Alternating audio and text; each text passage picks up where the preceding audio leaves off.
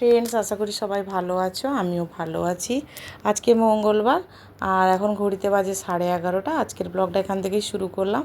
আজকে যেহেতু মঙ্গলবার, এই কালী বাজার হয়, তো ওখানেই গেছিলো আমার বর। 2 রকম বিস্কুট নিয়ে এসছে, বরবটি কুমড়ো নিয়ে এসছে, মাছ নিয়ে এসছে। মানে ওখানেও বাজার বসে, সোমবার আমাদের মিলনে বসে আর মঙ্গলবার ওখানে বাজারে গেছিলো। তো এই মাছই নিয়ে এসছে 2 পিস। তো তোমরা তো জানো যে মেয়ে সেভাবে মাছ খায় না, আমরা দুজনই খাই।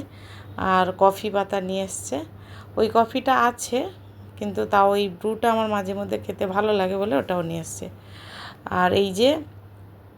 আর এই আলুগুলো নন্দীগ্রাম থেকে নিয়ে এসেছিলাম। ইচ্ছে হলো, তাই এগুলো না মানে কষ্ট হয়, অনেকটা সময় ধরে কাটতে হয়, তারপর ভালো করে ধুতে হয়। তো খেতে খুব টেস্টি হয় আর সময়টা লাগে অনেকটা ভাজতে। গ্যাসটা কমিয়ে অনেকটা সময় ধরে ভাজতে। এগুলো না উনুনে করলে খুব ভালো হয়, মানে সব কিছু রান্না হয়ে যাবে একদম শেষে উনুনে। মানে এই আলুগুলো ভাজলে কী হয় না, রসগুলো টেনে যাবে যত, খেতেও টেস্টি হয়। তো যেহেতু ছোটো আলু, তাই খোসা ছাড়ানোর দরকারই নেই। আর দেখো, আলুর মধ্যে আমি কিন্তু দিয়ে দিয়েছি, একটু নেড়ে চেড়ে ঢাকনা দিয়ে দিয়েছিলাম। তারপরে হলুদ, লবণ আর লঙ্কা গুঁড়ো দিয়েছি। এরপরে কিন্তু আমি পেঁয়াজ বাটা দেবো। একটা মাঝারি সাইজের পেঁয়াজ বেটে নিয়েছি, পেঁয়াজ বাটাটা আলুর মধ্যে দিয়ে দেবো। দিয়ে ভালো করে মানে অনেকটা সময় ধরে কিন্তু ভাজতে হবে। গ্যাসটা একেবারেই কমিয়ে দেবো, দিয়ে অনেকটা সময় ধরে ভাজতে থাকবো।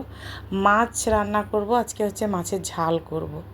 তার জন্য দেখো পেঁয়াজ বেটেছি আর এই যে জিরে ধনে বেটেছি আর লঙ্কা গুঁড়ো আছে। তো প্রথমে ওই মাছ ভাজার ফ্রাই প্যানেই তেল দিলাম আর একটুখানি, দিয়ে প্রথমে পেঁয়াজ বাটাটা দিয়ে দিলাম।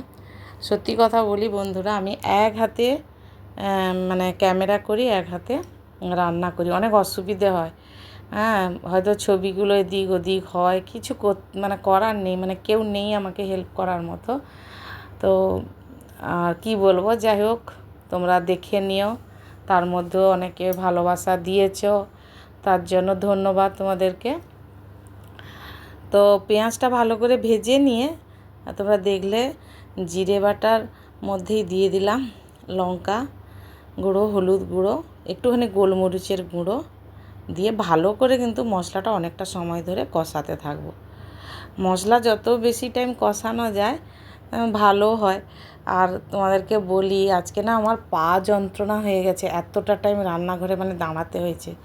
অনেকটা আলু ছিল, কীরকম কমে গেছে, মানে আলু ভাজাটা করতেই প্রায় আধ ঘন্টা।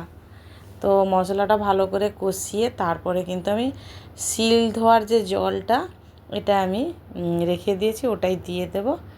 আর একটুখানি তার সঙ্গে এমনি জল দেব। তো ঝোলটা ফুটে গেছে, এবার ভেজে রাখা মাছগুলো দিয়ে দেব। আর মাছগুলো খুব বড় সাইজের নয়, তোমরা দেখেছো। তার মধ্যে বোন এসছে, গুড্ডু এসছে, ওরা যাবে ওদের বালুঘাটার ওইখানে বাড়িতে। গৌতমও আছে, তা আমি বললাম তোরা খেয়ে যাবি। তো ফাইনালি মাছের ঝালটা হয়ে গেছে, নামিয়ে নিলাম। তারপরে এদিকে দেখো পটল ভাজাটা চাপিয়েছি, যেহেতু গৌতম খাবে, ও আবার মাছ খেতে চায় না, বোনের ছেলেটাও মাছ খায় না। তো যাই হোক, গৌতম না একটু শুকনো শুকনোই খায়, মানে খুব যে ঝোল দরকার, যেমন আমার বরের ভাতের মানে প্রথম যে খাবে সেই প্রথম ভাতটাই তার যেন ডাল মাখানো চাই, এরকম একটা ব্যাপার। তো যাই হোক, আমি সব গৌতমের খাওয়াটা রেডি করে দিয়েছি, মাছ দিয়েছি, বললাম খেতে, এবার না যদি খায় না খাবে। তো আলু ভাজা, বেগুন ভাজা, কুমড়োর ঘন্টটা বোন নিয়ে এসেছিলো বাড়ি থেকে, আমের চাটনি, এই যে মাছের ঝাল আর একটু কালকের টক ছিল। তো গুড্ডুর মানে থালাটা তোমরা দেখতেই পাচ্ছ, ও নিয়েছে মাছের ঝালের ওই মানে ঝোলটা আর আলু ভাজা। আবার ওর মা খেতে খেতে উঠে গিয়ে ওর জন্য ডিম ভেজে দিলাম। আমি বললাম তার আম্মাকে বল, ও ভাবছে দিদি কাজ করছে এত। তো যাই হোক, ফাইনালি ওদেরও খাওয়া হলো। আবার আমার বর স্নান করে এলো, ওকে খেতে দিলাম। 2টো বাজে, এখনও আমার গ্যাস মোছা হয়নি। 4:30। আর চলো এখন স্নান করে এসে এই বসলাম, একটু রেস্ট নিয়ে এবার একটু কফি খাবো আর তারপরে আমি হয়তো একটু রেস্ট নেব। তো স্নান করতে করতে আজকে 3:30 বেজে গেছে। তারপরে এই যে কফি খেলাম। ভালো লাগলে লাইক